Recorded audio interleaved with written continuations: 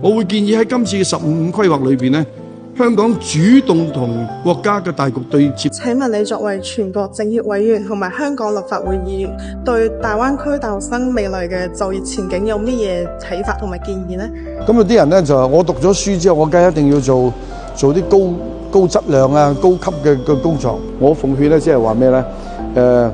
哪怕而家嘅環境係唔係咁理想，相對世界嚟講，我哋中國係非常之幸福嘅一個樂土。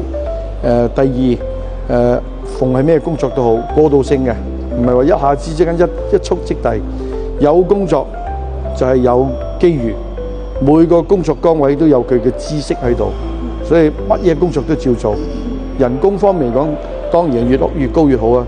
但係冇選擇嘅時候咧，馬死落地行，保持一個心境咧係勝過普通人，咁你就一定會長期落去咧，你鬥爭一定會勝利。咁所以個教育我哋要推動乜嘢咧？我覺得咧，而家有 AI， 我哋一定要善用佢，佢係工具嚟嘅，我哋唔好怕佢。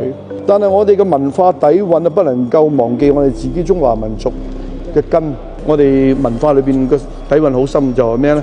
防範勝於未然啊嘛，無林渴而掘井啊嘛，係嘛？我哋仲要先天下之憂而憂啊嘛，我哋要有嗰種叫做咩？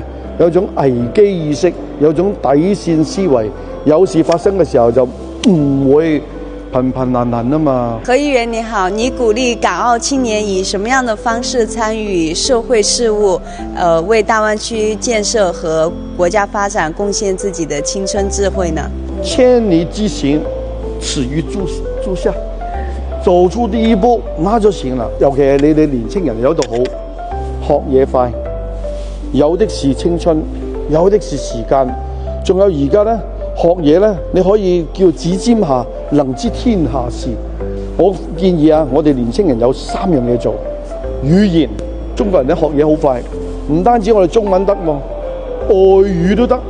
語言就係愛嚟溝通嘅一個工具，能夠青年可以喺語言裏邊多才多藝，咁即係我已經搞掂啦。第二呢，除咗要識得用電腦啊嗰啲嘢之外呢，仲要行出嚟，唔好怕麻煩，讀識呢一個咁嘅環境，知道自己嘅大灣區，知道自己國家之後，仲要走去全世界要望。嗱，咁樣呢一種人呢，勝過其他嘅青年已經好犀利，所以我覺得青年人呢，就係話多學、多做、多睇。